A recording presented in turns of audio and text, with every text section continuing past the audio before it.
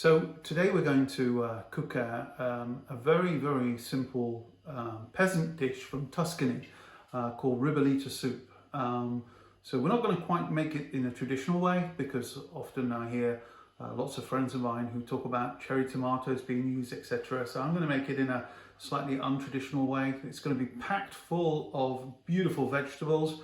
I'm going to use borlotti beans as my legume in the dish. I'm also going to use chopped tin tomatoes. It's actually a very good quality muti tomato, where others may use cherry tomatoes. But outside of that, the rest of the dish is exactly right, and it contains lots of lovely things like cavallonero, etc. And we're going to take a look at those ingredients in a moment.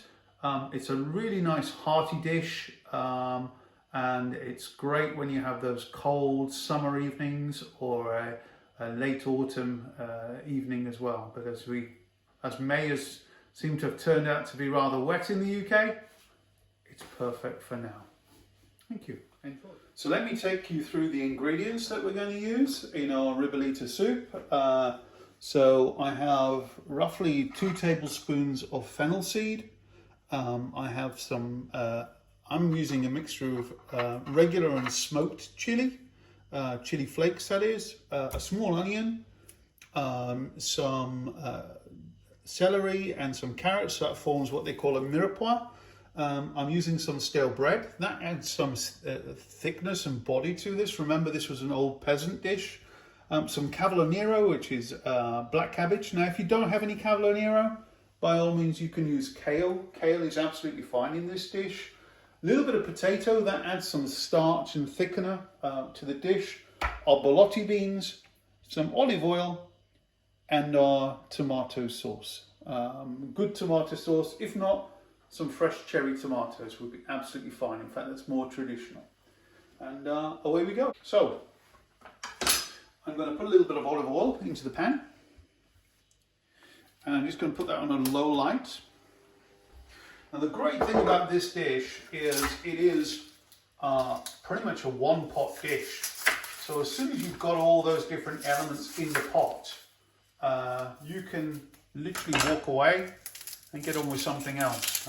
It's a perfect dish. You've got a family where you kind of need to crack on with other things, especially with lockdown at the moment. You may be doing some of the homework or whatever the case may be. This is a great dish for that.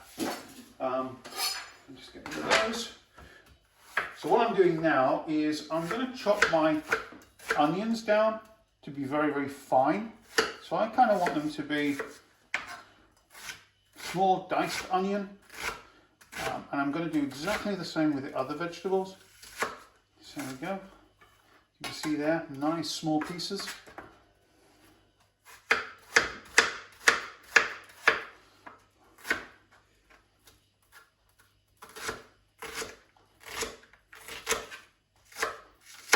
And that's going to go straight into my pan. Now, whatever you do, don't let this overcook. The whole idea behind a Ribolita soup is to get some texture going on in there as well. Now, I've got my pre-washed pieces of celery. This, as I said before, forms what they call a Mirepoix. Now, have them as chunky as you wish, because at the end of the day, this is meant to be quite a hearty soup, so you don't really want it to be over fine, unless that's the thing you like to do. Remember, this was a dish that was usually the people who worked on the farm would have.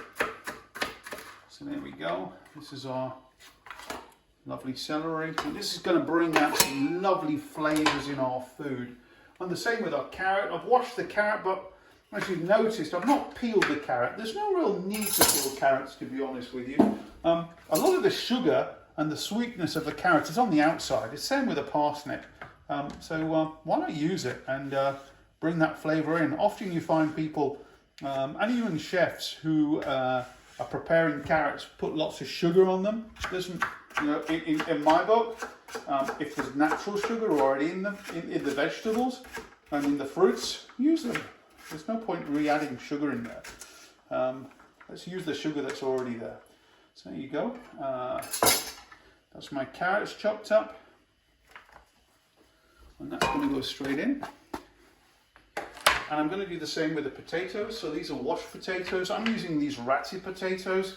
I like these because they have a nice waxy finish, but not overly waxy.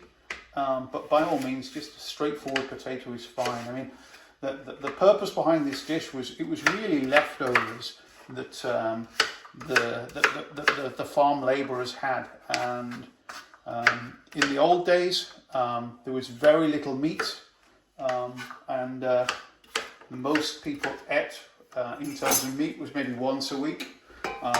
So these are perfect dishes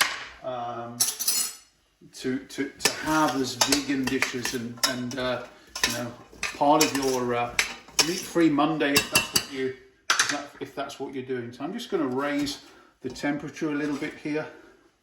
And while I'm doing that, I'm also going to just chop up a piece of garlic.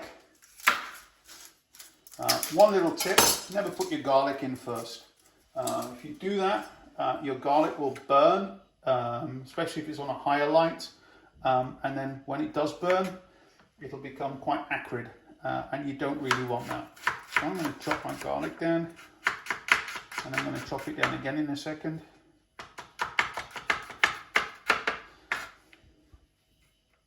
And I want my garlic to be quite small, but it will dissolve in this whole dish.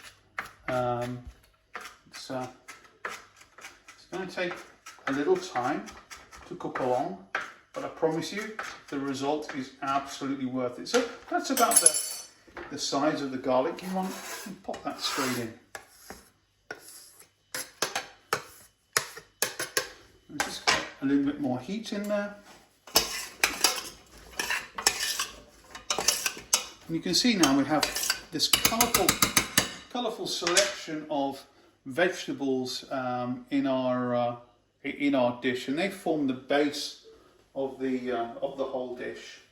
The next step that we're going to do is, while that's all starting to heat itself up, is we're going to, I've washed these pieces of cavalliniera. We're just going to get rid of the stems. I find the stems, I mean, you can always use the stems for something else, but I find in this particular dish, the stems are quite chewy. And the quick way of doing it, just hold the stem itself, and when it becomes a little soft, it'll just come away. So you just hold it, pull down, hold it, pull down. Nice and simple. And the purpose behind this is we're going to then literally bunch all this together like you would do a piece of cabbage, which this is to a great extent, it's black cabbage, and we're going to just chop it down. So when we are eating this, we get nice little pieces of cavalliniera in each spoonful. So it only takes a few moments to do this. And you can hear now that the different vegetables are cooking away. Now I don't want them to go soft, so I'm going to be, as soon as I finish this, which is a few seconds, I'm going to give that a stir, and then I'm going to add some extra ingredients in there. And as I say, this is a one-pot dish, so it's nice, quick and easy. And you can use as much or as little cavalliniera as you like, and as I say, you can substitute that with kale if it's not available. But beware, don't just use any old leaf. Some leaves it just doesn't go well, because you kind of need a robust leaf, one that will hold its texture throughout the cooking cycle. Anything like a rainbow shard or something like that would literally just fall apart. So we're just going to check those. It's obviously alive because a couple of those pieces just jumped up there. And then we're going to add our borlotti beans. So we're just going to pop those in. I'm just going to actually just empty out the whole tin. It's only in salty water, so it's no big deal. And we're just going to add those in into our dish. There we go. And then we're going to add our fennel seeds. So it's roughly 2 tablespoons. You can add more if you like lots of fennel. I do like lots of fennel. You can add some more, but this is forming the basis of our flavour. And the same again for our chili. I've put a fair amount of chili in here, so smoked chili isn't as potent as regular chili, but I do like that lovely smoked sort of flavour that comes from it. But it's not as traditional. And then we just want to add some salt. So I'm going to use Himalayan salt. I'm just going to take myself roughly a small handful, and whatever you do, don't over salt it at this stage, but pop a little bit of salt in now, and then later down the line, as this is starting to cook through, we'll give it a taste and we'll adjust accordingly. So here we go. So this is now heating itself up, you can see there. The key to this particular dish is once the potatoes have cooked all the way through, it's near enough done. The next thing I'm going to place into the dish is some stale bread. You probably go, why stale bread? Well, it was a peasant dish, as I mentioned before, and generally they used to have a little bit of stale bread left, and this acts as a bit of a thickener. You can make it smaller if you like. I like the texture, so I'm just going to place those into the pan. Give those a bit of a stir. They're going to take up some of the moisture.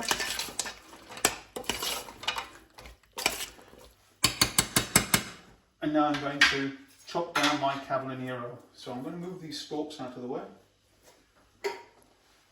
And I'm going to take half of my cavallonero. I should use a bigger board, but it's no big deal. And all I'm going to do with my cavallonero is literally chop that down one way. And to make sure that they stay bite-sized chunks, mind your fingers while you do that, just go down the side like that. And that way you ensure that all your pieces are bite-sized. Okay, so those can go in the pan. So the lovely thing is, as you've seen here, this is very much, it's like making a pot roast. Everything goes inside, and all those flavours as well are captured in this dish. All the lovely flavours of the cavallonero, all the lovely flavours of the carrots and so forth, are going to make this dish really, really rich. There we go. Lost a little bit there. The last bit's going in.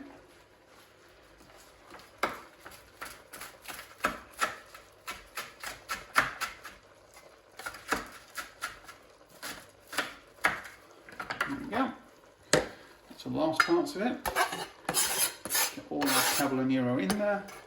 It's such a beautiful, beautiful vegetable, or should I say leaf cavallonero. It's just a lovely, lovely, lovely leaf. It's beautiful texture. So now you can see this is forming into a rather giant, for want of a better word, stew.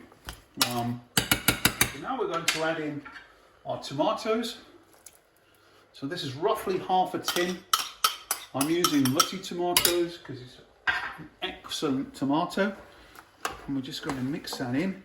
That's going to give colour. It's going to give a little bit of sweetness to the dish. But we're then going to balance that out a little later down the line once this starts cooking through. Now, if that was a soup, it's looking a bit dry. So now we're going to do our final bit, which is pouring just plain filtered water in my case, just plain water, and that's going to just fill up that pan. And now let that come to the boil. Add a little bit more water, let it come to the boil. Let's bring that to the boil.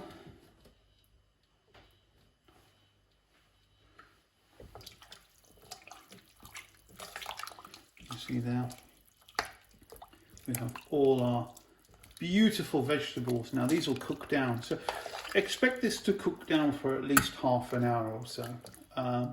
The beautiful thing about this particular soup, it's a bit like a curry. If you have it the following day, it tastes even better. So, you know, the longer you've got to let it cook down, the better.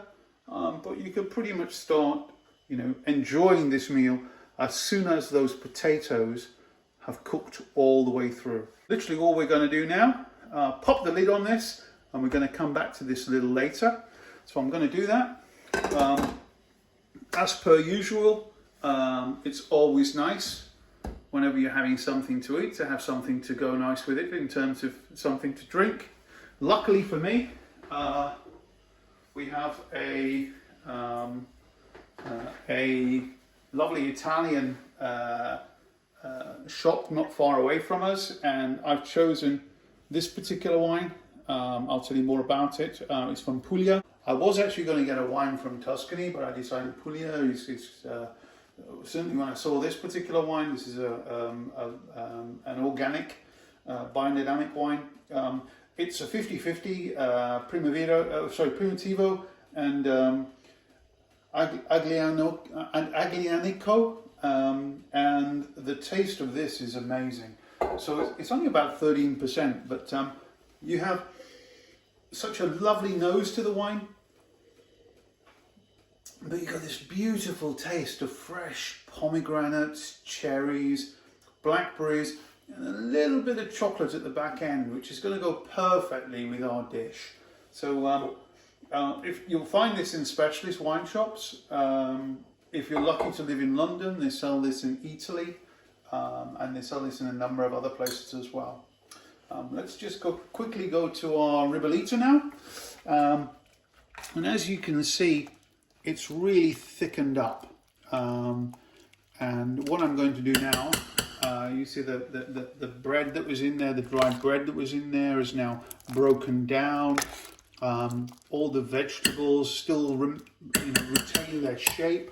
I'm just going to give this a little taste. Always important to taste things. It's nice, just needs a, it's got a little bit of a kick. Always good to put a little extra salt in there if it doesn't quite hit the mark yet. I always like to undersalt at the beginning rather than oversalt. You know, you can overcome that. I really believe potatoes is a great source of being able to absorb salt. So I'll give that a few seconds. And the other thing I like to do as well is, because it's quite watery, I like the emulsification of the olive oil. So I actually add a little extra olive oil right near the end. And you might go, oh, that's a bit odd. But it actually gives it a little bit of richness. And as I say, as it emulsifies, it gives that creamy taste to it. Now I'm just going to check the potatoes. As I said before, it's important that the potatoes are cooked all the way through. There you go. Nice and soft. That's exactly what we want. I'm just going to taste this again. And that's absolutely perfect. So, in quite a short space of time, all we needed to wait for really was for the potatoes to cook all the way through. This was a one-pot dish. Nice and simple to make. Absolutely delicious to eat, and very, very hearty indeed. So now we're going to plate our dish up. Making a little bit of a mess of this, just going on the side. I'll just tidy that up in a second. So that's pretty much one portion. I'll just give that a gentle wipe. Smells yummy. This is a delicious dish, and you know what you can do? I like doing this. I know I put a little extra olive oil in, but I was very fortunate to get hold of this beautiful olive oil, single producer olive oil. He comes along to Wapping Market and he sells his absolutely fantastic olive oil, little peppery, which is lovely. Just a little drizzle of this right on the top. It's just going to add that extra bit of je ne sais quoi, as they say. Bon appetit!